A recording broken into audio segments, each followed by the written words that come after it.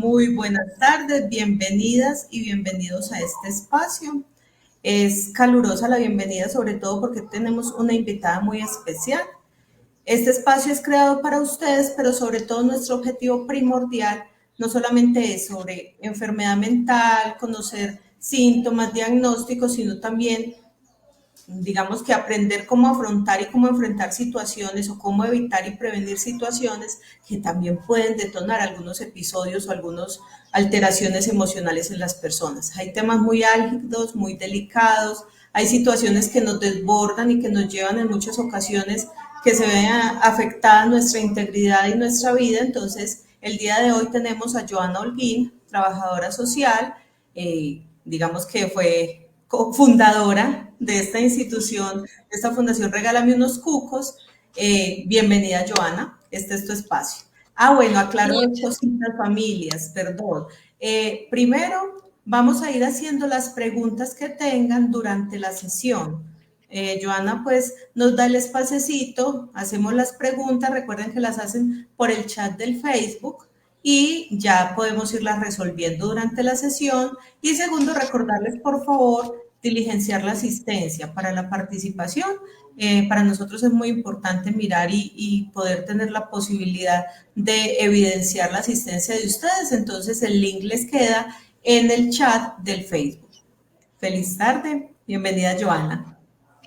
muchas gracias para quienes el día de hoy nos ven. Espero que estén muy bien ustedes y sus familias y qué rico tener este espacio y poderlos acompañar en este encuentro con este tema, como lo decía Viviana ahorita, tan importante para nuestras familias, para el cuidado de nuestra salud, también física y mental y para el cuidado de la salud de nuestras familias.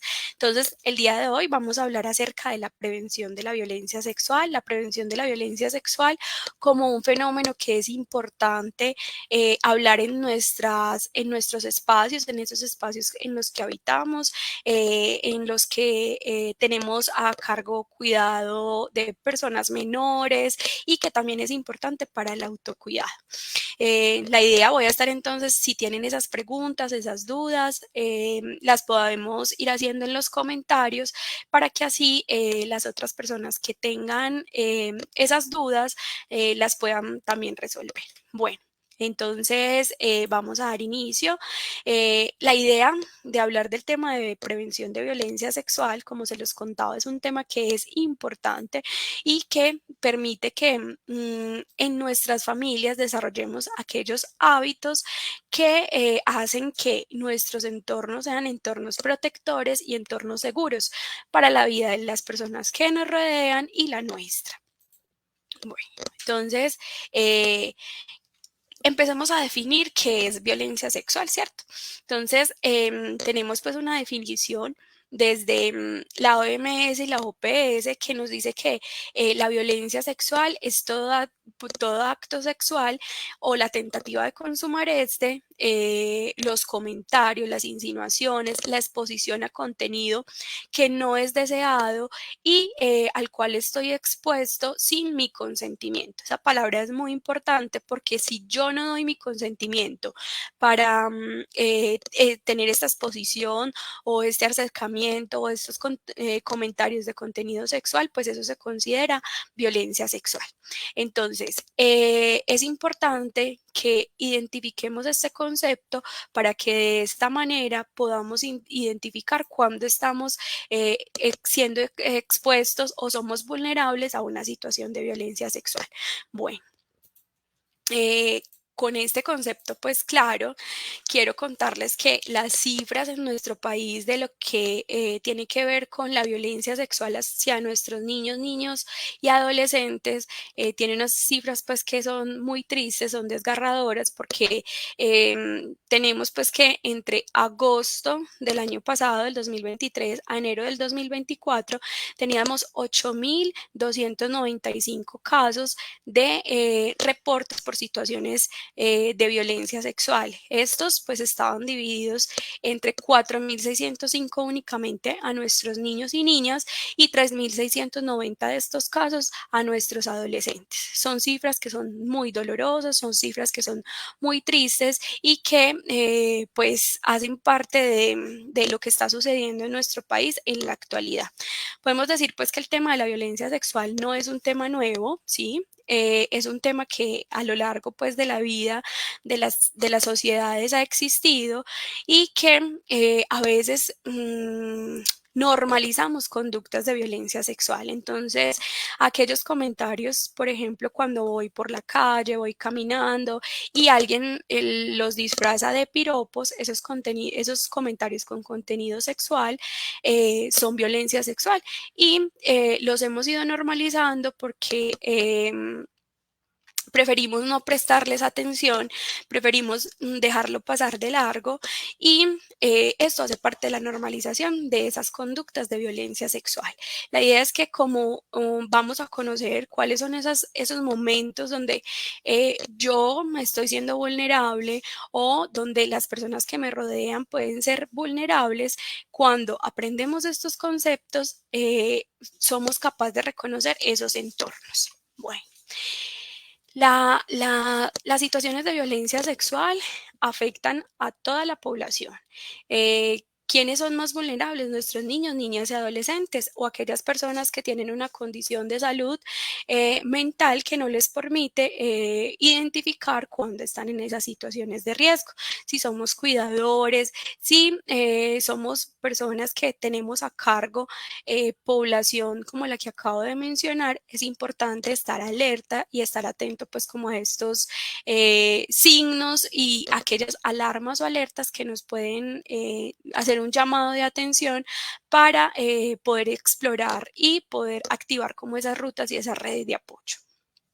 Entonces, Medicina Legal nos entrega un informe en el 2023, lo que concierne a los meses entre enero y diciembre, donde en Medicina Legal se reportaron 12.899 solicitudes de exámenes de medicina legal, donde se iba a explorar una situación que tenga que ver con la violencia sexual. Entonces, se exploró acerca de o las personas acudieron al servicio de medicina legal solicitando estas valoraciones. Esta cifra es una cifra mayor porque muchas veces quienes son víctimas de violencia sexual no denuncian, prefieren mantener el silencio y estos casos pues no llegan a ser parte de estas cifras. Entonces hay un subregistro muy importante con relación a los casos pues que están reportados. Bueno, hasta el 1 de diciembre del 2023 se recibió en la línea de atención del 123, esa línea que usamos para emergencias, para reportar esas situaciones de emergencia, se reportaron 2.796 llamadas notificando situaciones de violencia sexual. No violencia intrafamiliar, no otro tipo de violencias, sino exclusivamente llamadas para poner en conocimiento y dar información acerca de situaciones de violencia sexual. Entonces vemos que esta cifra también es una cifra importante y también le sucede lo mismo que le pasaba a la otra cifra de los exámenes de medicina legal. No hay un conteo de ese subregistro, de esas cifras, pues que no se realiza el denuncio. Porque es importante entonces que hablemos de la prevención de la violencia sexual. Entonces, este es un tema que deberíamos todos tocar en esos espacios en los que habitamos, así como hablamos de lo que pasó ayer con el partido de fútbol, eventos, por ejemplo, ay, que salió esta nueva película, que al cantante no sé qué le pasó esto, así como compartimos esa información, hablar de prevención de violencia sexual se convierte también en una necesidad y debemos prestarle pues la importancia que le compete. Entonces, el llamado el día de hoy es para que las formas, los conceptos y los tips que el día de hoy aprendamos los podamos aplicar en casa y podamos estar alertas y atentos todos para entre todos cuidarnos. Bueno, ejercer el autocuidado también tiene que ver con esa información que yo tengo sobre lo que sucede en mi entorno, lo que podría yo hacer para cuidar y proteger mi salud. Entonces, ahí también hablamos de que el autocuidado permite que tengamos y hablemos del tema de la sexualidad responsable, sana, y ahí también entonces entra la importancia de hablar de la prevención de la violencia sexual. Bueno, les decía yo entonces que ahí tenemos pues una cultura y debemos implementar la cultura de la no violencia. Entonces, la educación es ese eje fundamental con el cual vamos a combatir la violencia sexual. Si ustedes tienen a cargo entonces niños, niñas y adolescentes, la idea es que podamos compartirles contenido de prevención donde les contemos y les expliquemos, por ejemplo, cuáles son las partes de su cuerpo que son privadas, quiénes pueden acceder a esas partes de mi cuerpo, cuándo, cómo y dónde dar el consentimiento. Esto permite que en aquellos momentos donde ellos se sientan en riesgo, se sientan vulnerables, puedan notificárselo a sus cuidadores. ¿Qué hacemos entonces los adultos? Para los adultos no hay prevención, claro que sí. Es lograr identificar aquellas situaciones en las cuales nosotros podríamos estar en riesgo en los espacios, en esos mismos espacios en los que habitamos. Entonces, bueno, es que a mí me gusta salir a trotar solo a las 9 de la noche, cerca a mi casa, en una zona donde hay arbolitos, donde pues es un espacio al aire libre. ¿Cómo identificar esas situaciones que podrían ser de riesgo para nosotros en ese espacio con ese ejemplo que les acabo de nombrar, ¿cierto? Entonces, conocer el espacio, si tengo una situación de riesgo o una emergencia en ese espacio, a dónde puedo acudir, está cercana, por ejemplo, una estación de policía, los vecinos, ahí en barrios donde los vecinos, para las personas que practican deporte, en las noches hacen como unos grupos donde son personas que se sientan, digamos, alrededor de las canchas, en las tribunas de las canchas y están ahí como para acompañar a esas personas que hacen pues la actividad física. Entonces, lograr identificar esas rutas y esas redes de apoyo que tengo en mi entorno me permite también ejercer ese tema del autocuidado, ¿cierto? Y la importancia de ejercer esta conciencia colectiva de que nos debemos cuidar entre todos. Si nosotros somos una red fortalecida de protección y cuidado, vamos a ponerle la tarea mucho más difícil a quienes son abusadores porque no van a tener espacios para poder cometer pues estos delitos y hacerle daño a los otros. Bueno, vamos a hablar de todo lo que tiene que ver con el consentimiento. El consentimiento es eso que yo de forma libre, de forma consciente, le doy a otra persona o a una situación como tal. Entonces, ese consentimiento debe ser siempre muy entusiasta, o sea, debe ser un sí claro, no un sí como medio, hay a medias, no. Ese consentimiento debe ser claro, debe ser conciso, tiene que ser y debe ir enfocado en el deseo que tenga esa persona de hacer o no hacer X o Y práctica. Vamos a decir, por ejemplo, que yo voy a practicar un deporte extremo, ¿cierto? Siempre que voy a hacer una actividad de este tipo, yo tengo que conocer las reglas del juego, yo tengo que conocer los alcances de ese juego y cuáles son las posibles consecuencias o los daños que puede incurrir para mi salud si alguno de estos elementos falla, ¿cierto?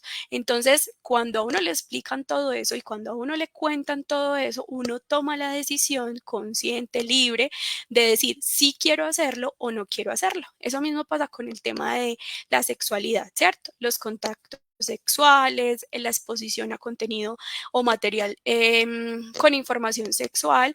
Entonces, si yo conozco las reglas, si yo tengo claro cuáles son los alcances y cuáles son las consecuencias para mi salud y la salud del otro, y yo decido, por ejemplo, acceder a X o Y práctica, entonces puedo decir conscientemente que conozco, estoy enterado y puedo decir si quiero hacerlo, no, no quiero hacerlo. Entonces, la idea, eso es el consentimiento. Y ese consentimiento también puede ser reversible. ¿Qué quiere decir eso? Yo me puedo arrepentir, ¿cierto? Yo puedo decir, sí quiero hacer el deporte extremo, pero cuando llego, por ejemplo, a la plataforma donde me voy a lanzar, yo puedo decir, no, venga, siempre ya no quiero. Ya, me arrepentí, pensé mejor las consecuencias, lo pensé mejor y no quiero hacerlo. El consentimiento se puede revertir y también sucede en los encuentros sexuales o en las relaciones sexuales que tengo, las prácticas sexuales que tengo. Yo puedo decir, no quiero hacerlo o puedo decir, sí quiero hacerlo y a los 5 minutos cuando ya no me siento cómodo, no estoy de acuerdo con algo de lo que estoy viviendo, sintiendo, puedo decir que no. Y la tarea del otro es respetar esa, esa remoción de mi consentimiento. O sea, él tiene que respetar que yo ya decidí cambiar de opción para esa práctica o ese contenido en relación a la sexualidad. ¿Listo? Bueno, ¿quiénes son las personas que no pueden consentir? Que para la ley colombiana no tienen capacidad de dar su consentimiento. ¿Listo? Ningún menor de 14 años. Entonces, la ley de infancia y adolescencia nos dice que los menores de 14 años no tienen la capacidad para consentir. Pero entonces, cuando llegan de pronto a un procedimiento donde el médico y el médico les pregunta, ¿tú estás de acuerdo, digamos, en que te ponga esta vacuna, en que te haga esta curación? Se les pregunta y eso es un asentimiento, ¿cierto? Entonces tú estás de acuerdo en que yo voy a acercarme a tu cuerpo para, digamos, poner la vacuna o para dar el medicamento, hacer la curación. Ahí, claro, siempre les preguntan a los niños, siempre les preguntan si les pueden tomar la temperatura, ¿cierto? Para vincularlos también en el autocuidado y en el derecho sobre sus cuerpos. Pero en materia de las relaciones sexuales y el contacto sexual, los menores de 14 años no están en la capacidad de tomar esas decisiones ni de consentir, ¿cierto? Entonces, todo acto sexual con menor de 14 años se considera un acto de violencia sexual y es un delito en Colombia que tiene unas penas entre 7 y 14 años. ¿Listo? Entonces, ¿quiénes son aquellas otras personas que no pueden consentir? Esas personas que tienen incapacidad de resistir, entonces que tienen alteraciones psíquicas, que no están en un estado de conciencia, que tienen diagnósticos de salud mental que no les permiten tomar decisiones o, digamos, consentir con relación a la práctica o el momento que van a vivir posterior a que se les plantee la situación. Tampoco pueden consentir aquellas personas que están bajo efectos de sustancias psicoactivas o alcohol. Pero si yo he estado, me he tomado varias cervezas y estaba en un estado de alicoramiento menor y yo puedo tomar decisiones. Pues resulta y sucede que eso se considera un factor determinante para decidir si la persona está en capacidad de consentir o no consentir. Entonces, si están bajo efectos de estas sustancias, tanto psicoactivas como de licor, y hay una práctica sexual, la persona podría decir que no dio su consentimiento, que su consentimiento estaba viciado para esta toma de decisiones y se consideraría también un delito. ¿Listo?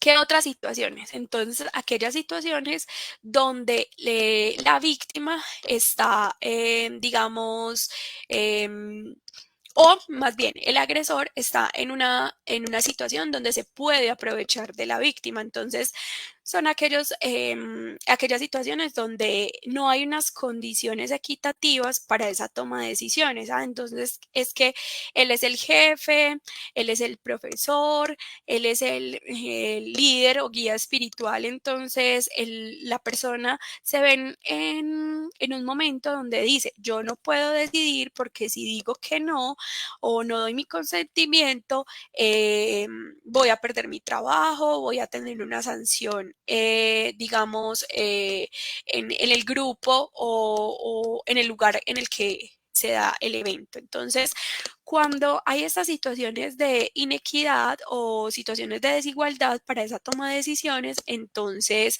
ahí también se considera que ese consentimiento estuvo velado por una cantidad de factores y se considera también una situación de violencia sexual que puede llegar a ser un delito. Entonces, ya conociendo lo que es el consentimiento, es importante que recordemos que el consentimiento no puede ser interpretado por actitudes. Es que la persona se me acercó mucho. Es que me sonrió. Es que venía vestida de X o Y manera. No, es que como ella pasó por ese lugar a esa hora de la noche, entonces eso ya quería que le pasara o le sucediera lo que le pasó. El consentimiento no se da por actitudes y no se deja la interpretación de de la otra persona pues que está emitiendo el mensaje. Importante este punto es que si yo tengo una pareja estable o una relación de noviazgo, eso no me obliga a que yo tenga que dar siempre el sí y que sea un consentimiento como que si yo, por ejemplo, me casé y cuando firmé la documentación para el matrimonio, eso fue un sí explícito, ¿cierto? Entonces me va a decir mi pareja, pero es que usted tiene que tener relaciones sexuales conmigo cuando yo quiera, a la hora que yo quiera, porque es que usted es mi esposa. No. Las situaciones de violencia sexual también se dan en el contexto de la pareja, también pueden suceder. Lo más importante es que así sea en el matrimonio, una relación de noviazgo, las dos partes deben estar de acuerdo en tener ese contacto sexual o esa práctica sexual, porque ambos deben dar su consentimiento. Entonces, si hay si se da una relación sexual en el contexto de la pareja donde una de las dos partes no está de acuerdo y no quiere tener ese contacto sexual, eso se considera una situación de violencia sexual. Entonces si yo hago la denuncia, a mí me van a creer. Sí, sí te van a creer y ninguna entidad ni del sector salud, ni del sector justicia, ni del sector protección, te va a decir, es que esas son las obligaciones que usted tiene cuando tiene una pareja. No, y si escuchan que les hacen un comentario de esos, ustedes tienen todo el derecho también de denunciar a esa persona o ese profesional que los está atendiendo, porque eso se considera también una situación de violencia sexual en el contexto de la pareja. Bueno, eh, vamos a hablar entonces de ese autocuidado. Ya fuimos dando unas luces acerca pues de lo que es el autocuidado. ¿Qué hacemos entonces? Tanto en niños, niñas, adolescentes y nosotros los adultos es importante que establezcamos límites, ¿cierto? ¿Cuáles son mis límites? Que si yo tengo una pareja en el momento, mi pareja conozca cuáles son mis límites, cuáles son esas prácticas o actividades a las que en materia de sexualidad yo no estoy dispuesto a consentir, que no estoy dispuesto a hacer y que no las tengo contempladas, ¿cierto? Si la otra persona me obliga, eso se considera una situación de violencia sexual. Entonces debo dejar claro en mis entornos cuáles son esos límites. Importante construir esas relaciones saludables, hablar de temas de prevención, hablar de sexualidad, hablar de estos espacios, como se los decía ahorita, hace parte de nuestra salud, ¿cierto?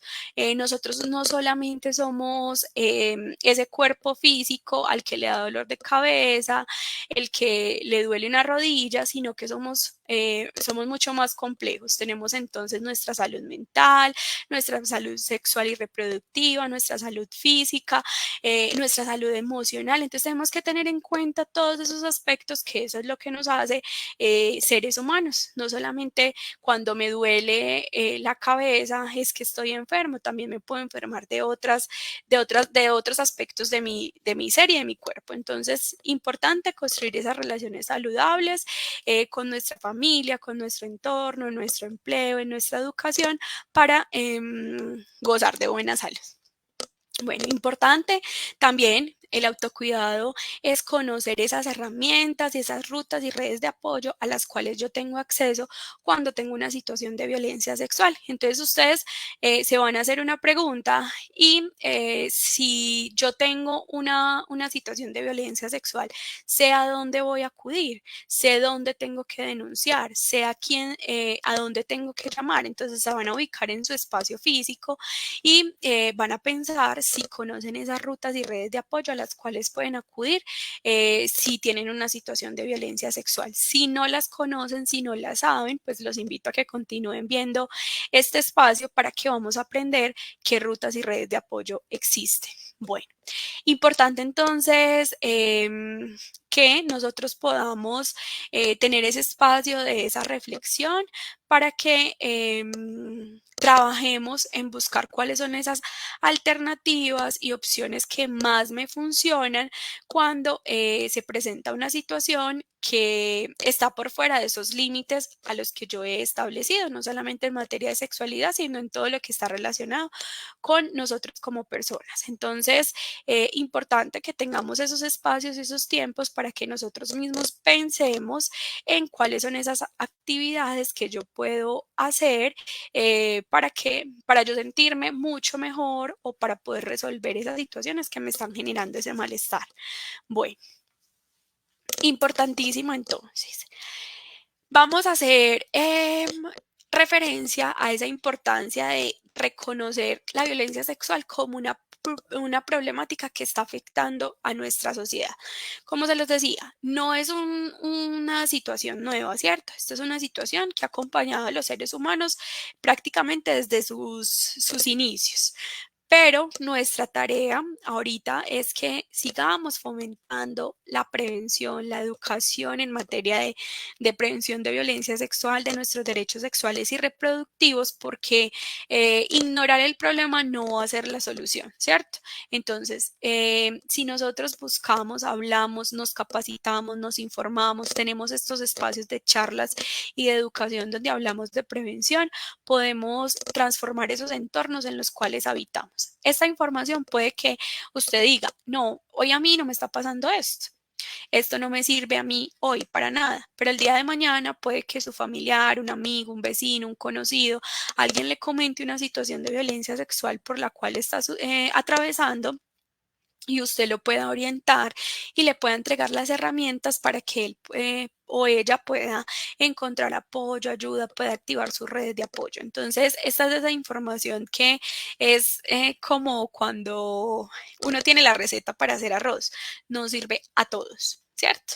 Bueno, entonces, importante que las instituciones también, ustedes se hacen parte de sus juntas de acciones comunales, el grupo de vecinos, si pertenecen a algún voluntariado, también incentiven pues a esos líderes que acompañan esos procesos para que se hable de estos temas de prevención de violencia sexual y se puedan pues como compartir con más personas. Bueno, entonces, importante cuando conocemos una víctima de violencia sexual, es fundamental poner a disposición de las víctimas como esas redes y rutas de apoyo a las que pueden acudir para obtener protección y restituir esos derechos. Entonces, como comunidad, la invitación es a que ustedes se puedan asesorar y puedan conocer esas rutas y redes de apoyo. ¿Qué pasa si yo tengo una situación de violencia sexual y quiero hacer la denuncia? ¿Cierto?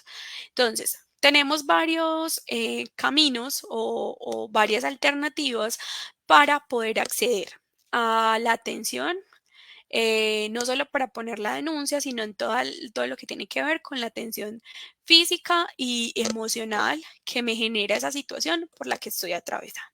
Entonces yo lo que hago es que puedo, uno, ¿cierto? puedo a través del 123, esa línea que todos conocemos, en la cual reportamos situaciones delictivas, situaciones de emergencia.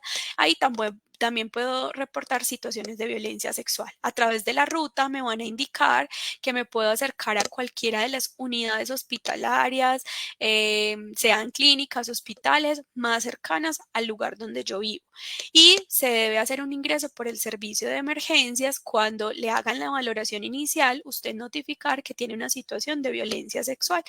Eso se considera una emergencia y para los servicios de salud tiene una clasificación prioritaria. ¿Listo? En el servicio de salud deben hacerle el ingreso. Este ingreso, todas las atenciones que se realicen por situaciones de violencia sexual son completamente gratuitas y no tengo que tener aseguramiento en salud. Ah, es que yo no fui donde el médico ni consulté a emergencias porque no tengo EPS. La idea es que hoy nos quede claro que no tengo que tener una EPS, no tengo que tener afiliación a la seguridad social. Ah, es que estoy suspendida, no importa, eso es una emergencia y usted puede acudir al servicio de emergencias sin tener afiliación. Deben ser solamente para aquellos eventos que estén relacionados con la violencia sexual y es completamente gratuito. Listo.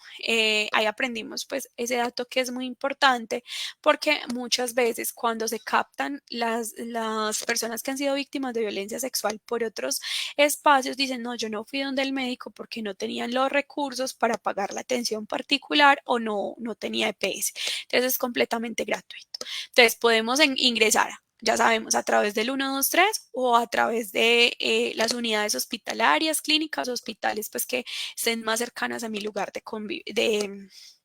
de residencia. Entonces, también es importante que cuando tenemos situaciones con menores de edad, también podemos acudir a una línea que es la línea 141 que funciona para nuestro país, en Colombia funciona, que es la línea del Instituto Colombiano de Bienestar Familiar.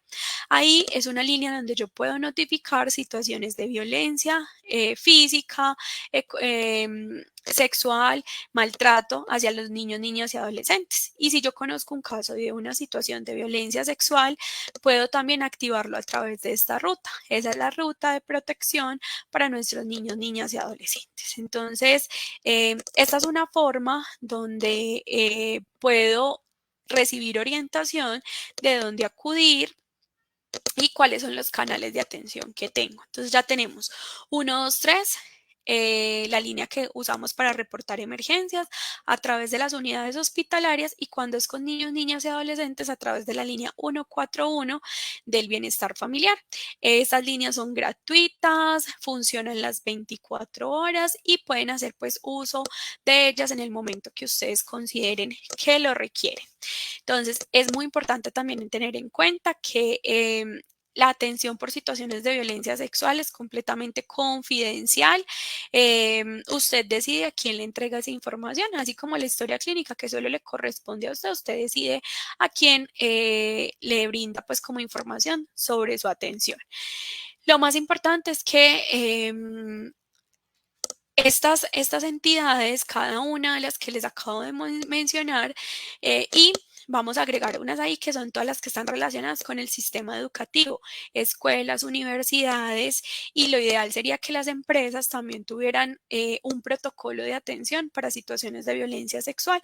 Entonces, cada una de estas entidades tiene que tener una capacitación, un entrenamiento y entrenar a todo su personal para que cuando llegue una situación de violencia sexual la puedan atender. Entonces, no van a experimentar con usted. El protocolo de atención a víctimas de violencia sexual es muy claro en Colombia.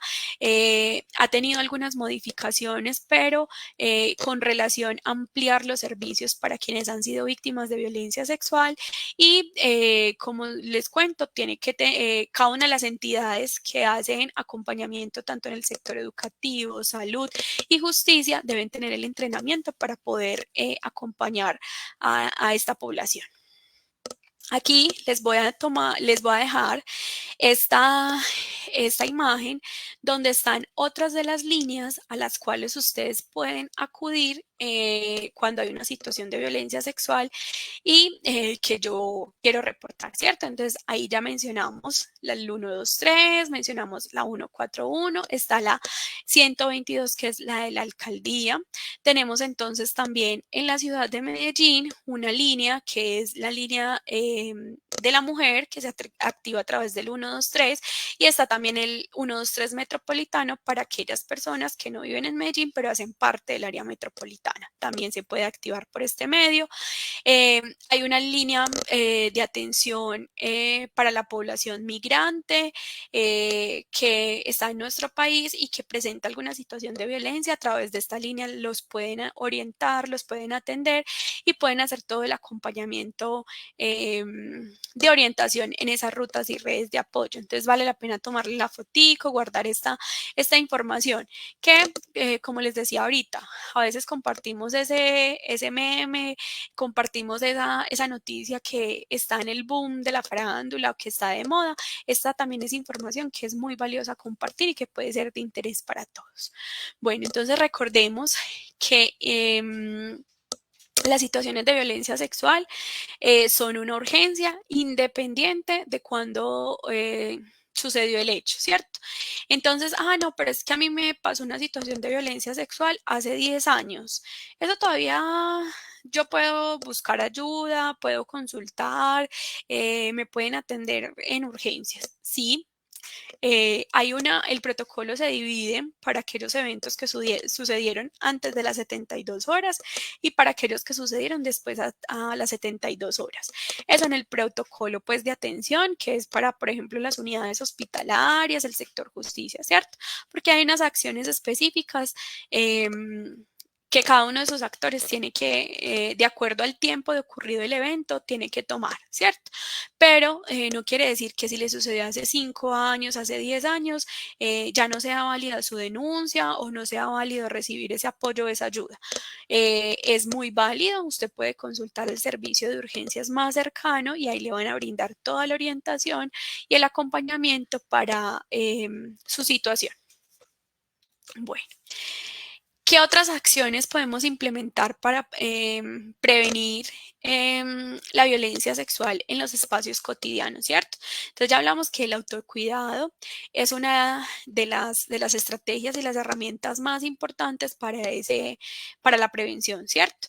Entonces, que conocer cuáles son esos límites que tengo, dejarlos claros, el consentimiento y que voy entonces en mi familia, con mi entorno, en los espacios que habito, en mi comunidad, voy a compartir esta información que hoy aprendí de las rutas y redes de apoyo a las que puedo acudir en caso de alguna situación de violencia sexual. Bueno, denunciar se convierte también en una de las formas en cómo yo puedo evitar que otras situaciones de violencia sexual le ocurran a otras personas, ¿cierto? Entonces, la denuncia no es una obligación para recibir todo el acompañamiento en salud ni el acompañamiento en salud mental, ¿cierto? No tiene que haber una denuncia de por medio para que yo pueda recibir esta atención. Es que si yo no denuncio, entonces no me va a ver el médico, o si no denuncio, entonces no me van a dar el derecho que tengo a que me valore psicología, psiquiatría en los casos que se requiera. No, o sea, la denuncia no es obligatoria, ¿listo? Es una decisión que toman las personas que pues están pasando por situaciones de violencia sexual, deciden si quieren o no hacer la denuncia. Bueno, importante entonces también tener en cuenta que hay instituciones, tanto como el Hospital Mental, como la Fundación Regálame unos Cucos, que los acompaña el día de hoy, que hacemos prevención en violencia sexual, ¿cierto? Que damos educación, pero nosotros no somos los únicos que decimos que este tema es importante, que este tema es vital para todos, sino que hay otras organizaciones que también se dedican a la prevención y la promoción pues de los hábitos de vida saludable, del autocuidado y todos estos estilos de vida. Entonces, conocer en nuestro entorno, capacitarnos, movilizar a aquellos, como se los decía ahorita, si ustedes pertenecen a un grupo o a una entidad donde hay más personas y ustedes quieren recibir educación en prevención de violencia sexual, solicítenlo, que esto es información que nos puede salvar la vida a todos. Bueno, entonces, en conclusión, hablemos que la prevención de la violencia sexual, pues, es responsabilidad de todos, es tarea de todos. Luchar porque cada día disminuyan los casos de violencia sexual en nuestros entornos. Nosotros, cada uno de nosotros debemos convertirnos en comunidad protectora, debemos ser garantes de derechos de nuestros niños, niñas y adolescentes y ejercer el autocuidado para quienes somos adultos. Bueno, muchas gracias. Pues esto es la información que les tenía el día de hoy. Quiero conocer sus comentarios, sus preguntas.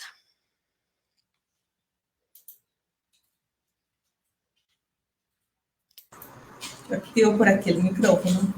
Hay algo que me llama mucho la atención, Joana, de lo que dijiste, y que de pronto en muchas ocasiones hay personas que de pronto no lo leen como debe ser, y es que enunciabas al inicio que hay unas estrategias de autocuidado, ¿cierto? Y entonces, desafortunadamente, muchos de los abusadores sexuales o presuntos abusadores lo que dicen es, pero es que estaba, me disculpan la expresión, dando papaya, ¿cierto? Uh -huh. Y no es que el hecho de, y también denunciabas, no es que el hecho de estar en ciertos espacios o tener cierta forma de vestir o, digamos, estar en ciertas condiciones, me ponen a mí en riesgo, y ahí la importancia del autocuidado, pero no es una justificación para ser víctima de violencia sexual, ¿cierto? Entonces, esa marcada diferencia es muy importante porque no es que yo justifique mi acción por la condición de la otra persona, ni es que yo tampoco tenga que tener en cuenta que hay ciertas estrategias de autocuidado que yo puedo utilizar y que me pueden favorecer estar estable, estar bien y digamos que no es lo mismo que yo esté en un espacio con personas conocidas, personas con las que me siento segura, estable, a que esté en situaciones de riesgo con personas completamente desconocidas y que desafortunadamente en muchos de esos espacios hay personas que son presuntos abusadores sexuales. Y lo otro también a tener en cuenta y que también quisiera resaltar es que por qué enunciamos o por qué traemos a colación este tema en el Hospital Mental de Antioquia. En algunos casos, no en todos por supuesto, pero en algunos casos, el detonante o el inicio de la enfermedad mental se dio a partir de una violación sexual, una violencia sexual.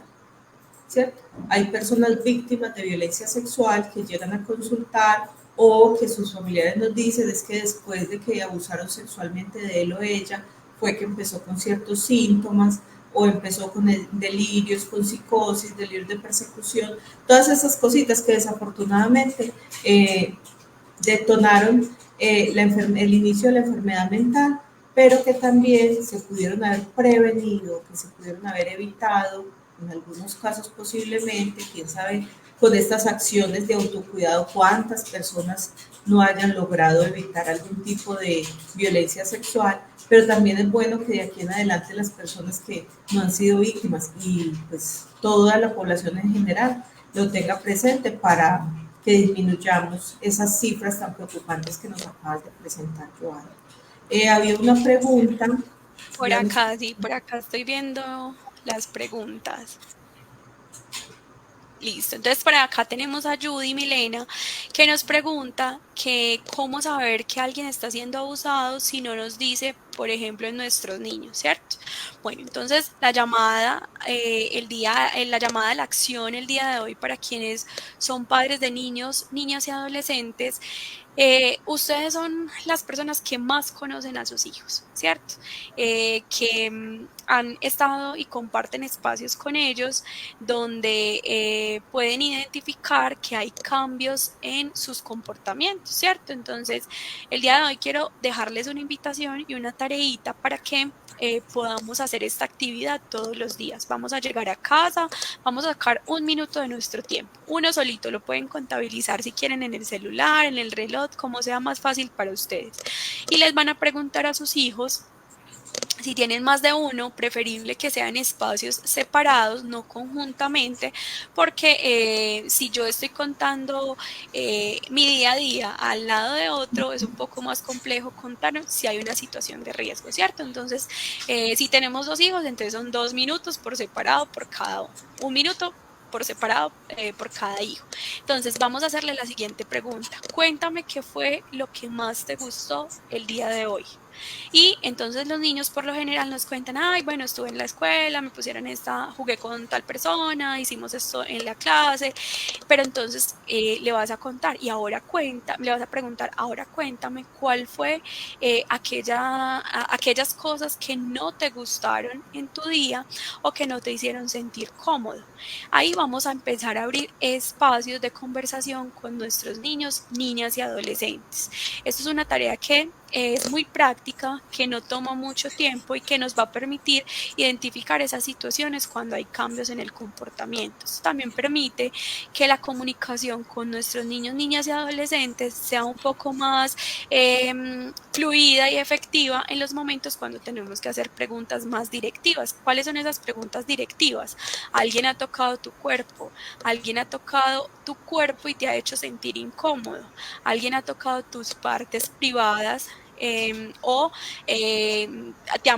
te ha entregado, te ha mostrado contenido que no está acorde para tu edad, ¿cierto? Entonces, abrir esos espacios permiten que cuando nosotros nos acerquemos a nuestros niños, no sea para ellos algo ajeno que estemos haciendo este tipo de preguntas, porque es una conversación que ya tenemos el hábito de tener. Entonces, ¿qué otro tipo de cambios de pronto podemos ver en nuestros niños, niñas y adolescentes? Bueno, cambios relacionados a que es un niño que quiere, que ha tenido toda la vida o le ha gustado tener contacto físico con los otros, las otras personas, adultos, niños, es un niño de abrazar, es un niño de dar la mano y de un día para otro empieza como a hacer esos cambios de comportamiento. Ya no quiere de pronto dar abrazos, tener contacto, ese mismo contacto que tenía con los otros. Entonces, importantísimo, ante la duda, consultar una citica con el pediatra, comentarle esos cambios o esas situaciones que estamos identificando que son diferentes en nuestros niños, niños y adolescentes, puede como lo decía Viviana ahorita, rescatarnos de una situación de violencia sexual. Entonces, atentos todos. La idea es que estemos todos atentos para que podamos convertirnos en una comunidad protectora. Con los menores, súper importante. Nosotros no debemos a los niños obligarlos a saludar a los adultos como nosotros consideremos que es bueno y que es mejor para nosotros. ¿Qué quiere decir eso? Nosotros somos las familias, sobre todo las antioqueñas, son de reunirse muchísimo, ¿cierto? Entonces nos reunimos el fin de semana donde la abuela, donde el tío, el primo, hacemos que el sancocho, que una cosa, la otra, ¿cierto? Cuando hay niños menores, hay situaciones donde uno llega y dice, ay, bueno, salude pues a la tía, dele un beso, salude al primo, dele un abrazo. Le estamos dando indicación a los niños de cómo saludar a los adultos.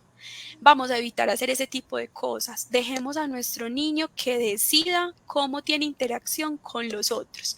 Si para tu niño le funciona más el puñito con todos los miembros de la familia, maravilloso. Si a tu niño le funciona más decirles hola con la mano, maravilloso. Si es un niño que le funciona más abrazar, pero desde el deseo propio de hacerlo de esa forma, entonces dejemos que los niños, niñas y adolescentes decidan cómo tener interacción con los otros. ¿Por qué es importante esto? Porque cuando ellos se sientan en una situación de riesgo, van a identificar eso que les genera incomodidad. Si yo como adulto estoy todo el tiempo reforzando y diciéndoles, vea, es que usted tiene que hacer esto, el día que él sienta una situación que le genere incomodidad, va a preferir acceder porque si no, entonces mi mamá me va a regañar. Mi mamá me dice que yo tengo que hacer esto. Entonces, vamos, si ya tenemos estas conductas, vamos a tratar de transformarlas y si aún no las tenemos, entonces permitámosle a nuestros niños, niñas y adolescentes que ellos definan cómo tener contacto con los otros para poder así permitirles que identifiquen esas situaciones de riesgo de forma oportuna.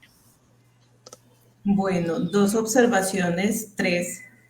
Primero, por favor, recuerden diligenciar la asistencia para que estos espacios se sigan nutriendo y podamos seguirlos aprovechando. Para nosotros es importante saber que realmente los estamos utilizando y quienes participan pues también como de la conexión. Porque la asistencia, digamos, la cantidad de participantes en vivo que muchas veces evidenciamos no corresponde con la cantidad que nos diligencia la asistencia, que son más pocos y que pesar, pues poder perder la posibilidad del registro. Segundo, resaltarles también y, digamos, retomar un poquito de que violencia sexual no solamente es contacto físico, ¿cierto? Entonces hay cositas que se nos pueden pasar por alto. Joana nos aclaró perfectamente de que el no querer tener relaciones sexuales, así sea mi pareja, también se considera violencia sexual, pero también hay cosas que puede que nos hagan sentir incómodas y que vaya abriendo la puerta o que vaya generando, digamos, la otra persona esa incomodidad, por ejemplo, lo del tema de los abrazos con los niños, que haya personas que lo hagan de una forma diferente o el cargar el niño pequeñito y, ¿cierto? Para el niño es normal que lo carguen, pero la persona que lo está cargando puede hacerlo con una intención no muy saludable, digamos, con una intención más sexualizada y más de excitación. Entonces, este tipo de cosas también se nos convierten en un motor de riesgo, en una situación que puede llegar a afectar al niño, niña, adolescente. Y que no solamente los víctimas de violencia sexual son los niños, niñas, adolescentes, yo hacer, también los Sí, adultos, todas las edades, incluso personas adultas mayores. Entonces, por eso también traemos a colación como este tipo de espacios. Bueno, si no hay por aquí los agradecimientos, que mil gracias, que buenas tardes, Dios los bendiga. Feliz de escuchar sus temas, muchísimas gracias por su participación. ¿Yo algo para agregar? bueno, no, para cerrar, importante, todos somos comunidad protectora, todos hacemos parte de este círculo donde yo me cuido, pero también estoy cuidando a los otros, conocer las rutas, redes de apoyos, a dónde acudir, es muy importante, puede permitir que habilitemos ese acompañamiento para las personas que están pasando por situaciones de violencia sexual y también que recordemos que no importa el momento en el que sucedió el evento de violencia sexual, podemos pedir ayuda, es muy valioso ese acompañamiento y nos puede permitir trabajar situaciones que a veces nos preguntamos el por qué y tener estos espacios y estas redes de apoyo, hagan uso de ellas. Esto es muy valioso para cada uno de nosotros o para quienes están pasando por situaciones de violencia sexual. Entonces, ese es el mensaje que les queremos dejar hoy. Muchas gracias, Joa. Y lo otro es que para consultar, por ejemplo, y si yo necesito que me atiendan por violencia sexual, la privacidad es muy importante y si no quiero recurrir a nadie o considero que de pronto puede ser contraproducente decirle a alguien, puedo dirigirme a un hospital o un centro de salud donde me pueden activar el código fucsia, pueden comenzar a activar toda la ruta, me pueden orientar, me pueden ayudar, entonces es importante también tenerlo presente. Bueno, nuevamente por favor la diligenciamiento de la asistencia. Dentro de 8 días tenemos otro de los temas en nuestra capacitación a grupo de cuidadores. Les estaremos notificando por redes sociales y al mismo tiempo por los grupos de WhatsApp del hospital. Feliz tarde. Muchísimas gracias por estar aquí. Hasta luego.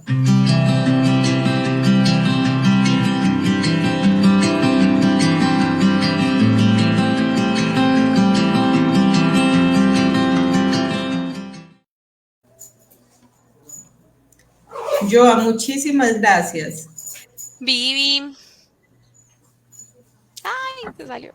Ahora sí. Muchas gracias, feliz tarde a las dos. Sí, Joa, muchísimas gracias por el espacio.